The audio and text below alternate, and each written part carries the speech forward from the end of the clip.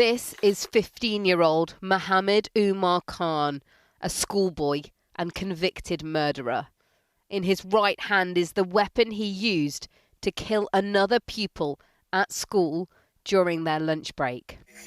He is a boy obsessed with weapons. He filmed himself holding them and searched the internet for zombie knives, daggers and machetes.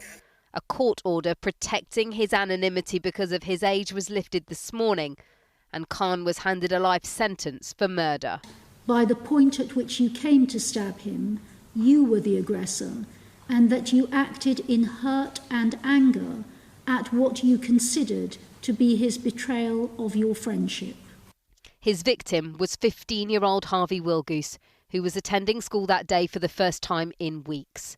This footage from the school canteen shows the immediate aftermath of Harvey's murder. You can see Umar pacing around holding the murder weapon. His teacher is gesturing for him to put down the knife as other students run away and barricade themselves in nearby classrooms.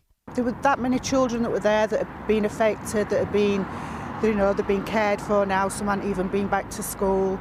It's just devastated so many people, so that's one of the reasons why I wanted him named. Umar said he took this scary-looking knife to school for protection, but the judge said Harvey was no danger. He was seen pushing Harvey in the corridor hours before the stabbing. Umar had a history of becoming angry and violent at school, and he had a difficult family life. Police had visited him at home after his mum found an axe in his school bag. Hindsight is a wonderful thing, but I think realistically we have to look at what powers are open to the police. And it's hard to see what could have realistically happened in that scenario that would have prevented that from ever occurring. This teenage boy didn't just end the life of his friend. Harvey's family say he's taken their lives as well. The court was told that the opportunity to rehabilitate is not lost on Mohammed Umar Khan, but he must now serve a minimum of 16 years in detention before even being considered for release on licence for killing his classmate in the school grounds. Well, Stacey, a very difficult 9 months for Harvey's family. You were in court. Describe what happened.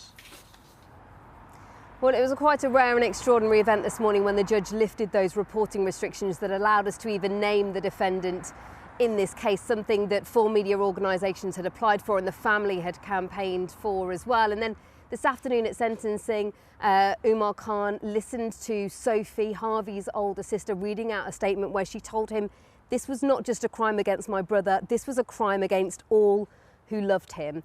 Now, as Umar Khan was led away, he handed a green fidget toy to his intermediary, a lady who'd been sat next to him throughout the duration of the trial, helping him to understand the events of the courtroom. But for Harvey's family now, all they can do is campaign for safer schools, because they say they are still haunted by the fact that Harvey went to school that day where he should have been safe and he didn't come home. Stacey Foster in Sheffield, thank you. Well, during today's sentencing, the tireless work on knife crime by the victim's family was highlighted. Harvey's parents, Caroline and Mark Willgoose, want metal detectors installed in every UK school. They told ITV News their son would be proud of their campaign, and they insist the government must do more.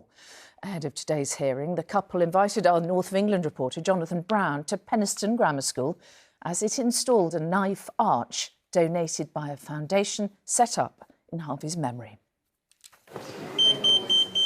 It's a step they thought should never have been necessary. Now they believe bringing airport-style security into schools is essential. People say, oh yeah, but it's frightening for the children to go through knife arches, but they're frightened anyway.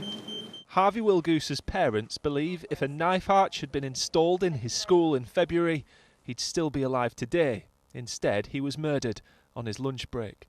For them and the parents of his friends, seeing one in use for the first time just a few miles from where it happened proved too much. Getting a text message from your son to say somebody's been stabbed in school,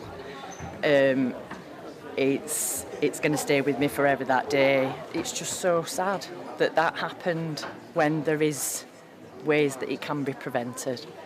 Carrie's son Leighton was one of Harvey's schoolmates. He spoke to pupils at Penistone Grammar, the first school in South Yorkshire to take on its own permanent knife arch as the heightened security came into force. It was traumatic. It was something that no one should ever see and be near. It is intimidating, but you kind of feel the scarier idea is not having that arch there. We can prevent it so easily. And if you ever know someone's got a knife, then, you know, you're not grassing on anyone. This knife arch manufacturer says they've detected growing fears, so much so that their main client has changed. It's schools, it really is. They've now outstripped police and security.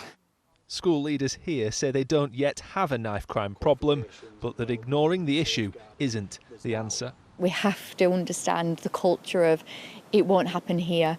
It might happen here, it might happen down the road from us. Who knows? You can never say never. Do you think we could get these in all schools in the country? 100%. I'm sure as school leaders we can all find £2,500 to ensure an extra layer of safety.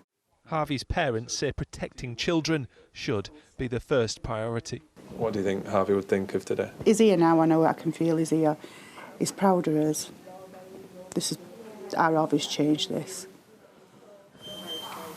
The government says it's trying to halve knife crime. Mark and Caroline believe confronting the reality that weapons are encroaching on once safe spaces could help that happen. Jonathan Brown, ITV News.